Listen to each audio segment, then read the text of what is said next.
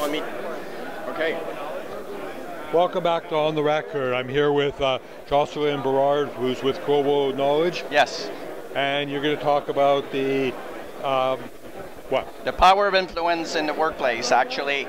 It is interesting, obviously, our tech people need to have technical expertise, obviously, but more and more we see in the workplace for technology specialists and project managers, business analysts, they need to work with so many people and influence so many people to progress that we design and develop some specific learning content around the power of influence in the workplace, how to influence others effectively. So, okay, you talk about the 4 C's, I know that, and I know you do a lot of talking and a lot of writing about it.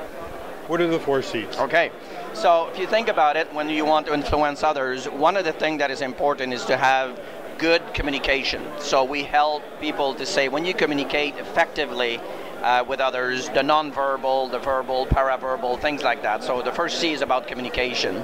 The second one is about your credibility. If you think about it, it's hard to influence somebody if they don't see credibility in you. And credibility comes a lot from your competence, how good you are in your own area.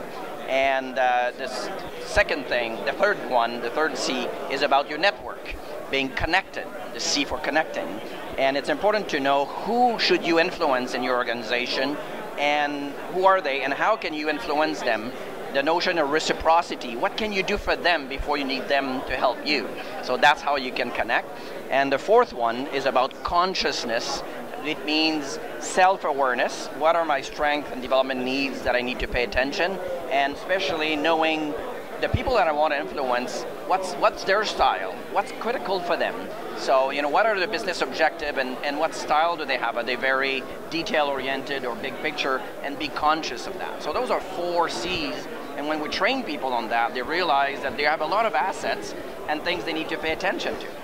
So most of my audience is the IT people, the people who are actually selling and taking care of all the technology. Yep. And I know you guys do a lot of stuff with the IT industry, so you probably know that, I'm sure for sure you know it, is that they're not very good at business. They're not good at doing it. You're coming in here and you're telling them these 4 C's to do. Where would they start? How would they go about it? Like, it's something that I fully agree. That's why I stopped you in here and wanted to talk to you. It's like, how do they go about starting and get going on it? That's a good question. And if you think of any skills you want to develop, one is you need to be aware that it's something that you need to develop and being aware. That's the consciousness, self-awareness. Mm-hmm. And too often people say, yeah, I have the right skills. For sure they probably have some of the right skills, but you need to be conscious to say, what's missing in my portfolio of skills? And because people are more tech-oriented, of course, they're more geared towards learning technology. That's their passion. That's why they decided young to go in career in terms of technology. And I'm not a technical person. I'm a psychologist, actually. And I went in that field because that was not technology that was attracting me.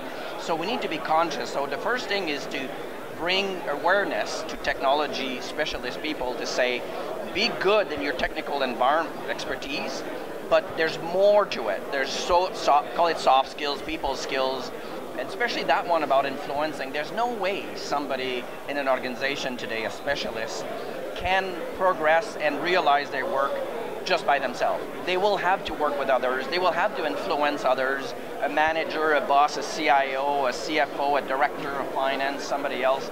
Customers, everybody. The whole purse, exactly. So that's why I think, to your question, where to start. One, be aware, be self-aware what you need to grow, and then 2, I love to tell people, invest in your development. You can read a book. I mean, I wrote a book. I believe in reading, but developing skills, especially interactive skills, you need to practice.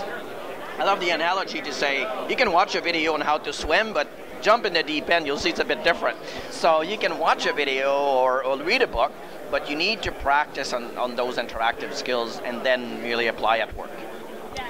All right. Thank you very much. Thank you, Robert. Okay.